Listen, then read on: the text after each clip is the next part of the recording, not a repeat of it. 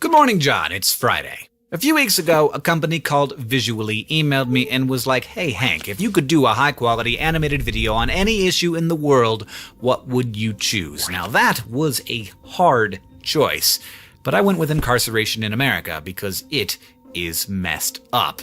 Now, crime is also messed up. Bad things happen to good people, and that's terrible, and something should be done about it.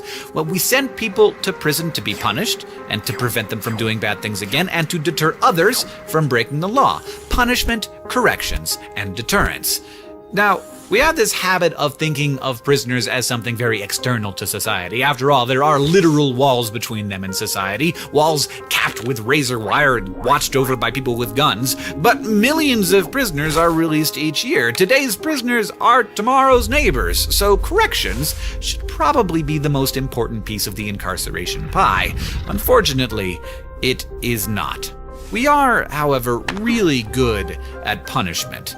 America has about 4% of the world's people and about 25% of the world's incarcerated people. We have the highest incarceration rate in the world. Over the last 30 years, that number has skyrocketed, increasing over 400%. 41% of American juveniles and young adults have been arrested by the time they turn 23. Children as young as 13 years old have been sentenced to die in prison.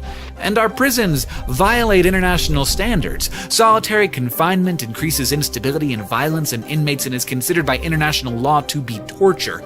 But in America, it's not regulated by anyone except the prison officials. No judge, no jury. Arguably the most devastating form of punishment we enact in this country, and yet there is no appeals process.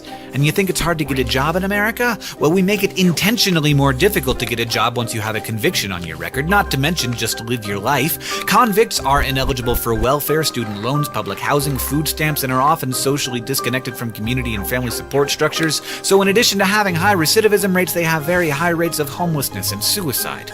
Somewhere along the way, we started to think that being tough on crime meant being tough on criminals, but that's not the same thing. Punishment is only one piece of a much larger crime reduction pie. And it's an expensive one, with some institutions paying more than $100,000 per year per prisoner.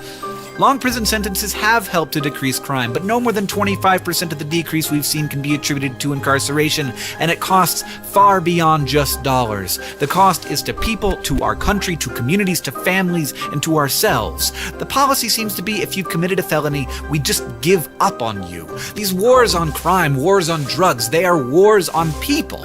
The smart political move is to appear tough on crime because crime is scary, so we increased minimum sentences, we arrested more people, we sent more of them to prison.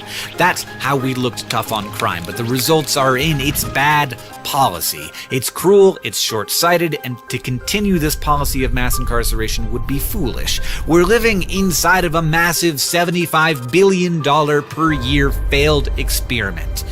2010 was the first year in nearly 40 years that the number of incarcerated individuals in America did not increase. Policymakers are beginning to realize the magnitude of this failure, but there is a long way to go. John, I'll see you on Tuesday.